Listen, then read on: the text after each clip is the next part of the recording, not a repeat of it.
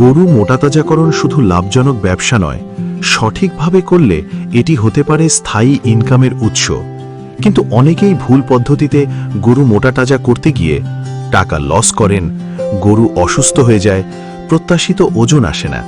তাই আজকের ভিডিওতে আমি আপনাদের জানাবো 30টি বৈজ্ঞানিক ও বাস্তব ভিত্তিক পরামর্শ, যেগুলো ফলো করলে আপনি সফলভাবে গরু মোটাতাজা করতে পারবেন।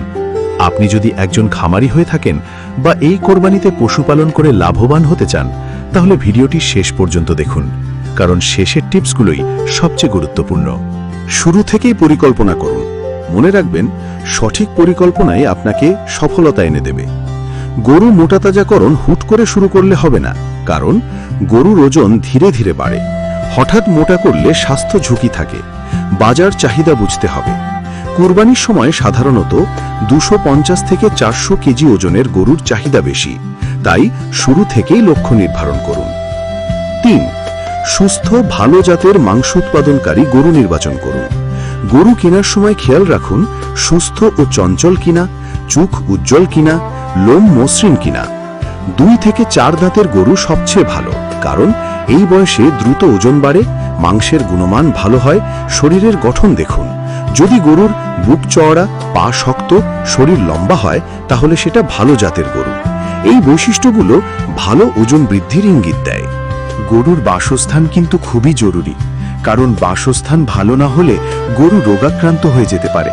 তাই উঁচু জায়গায় শেড বানান, যেন সেখানে পানি না জমে। পানি জমলে রোগ ছড়ায়।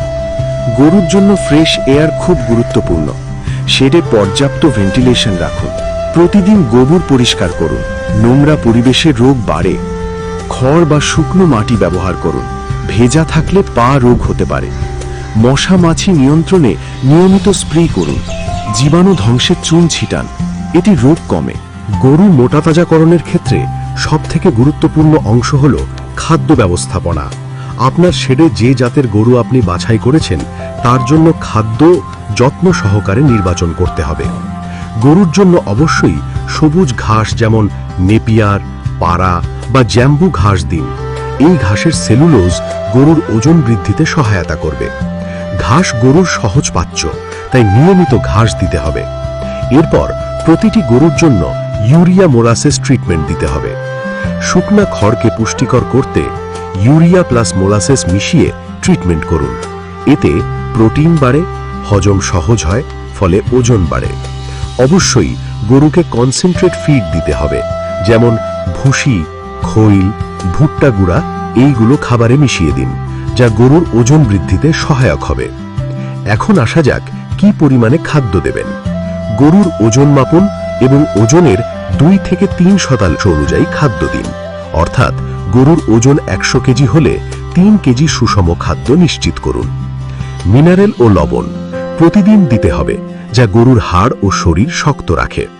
সব সময় পরিষ্কার ও বিশুদ্ধ পানি রাখতে হবে, যেন পানিবাহিত রোগে গরু আক্রান্ত না হয়।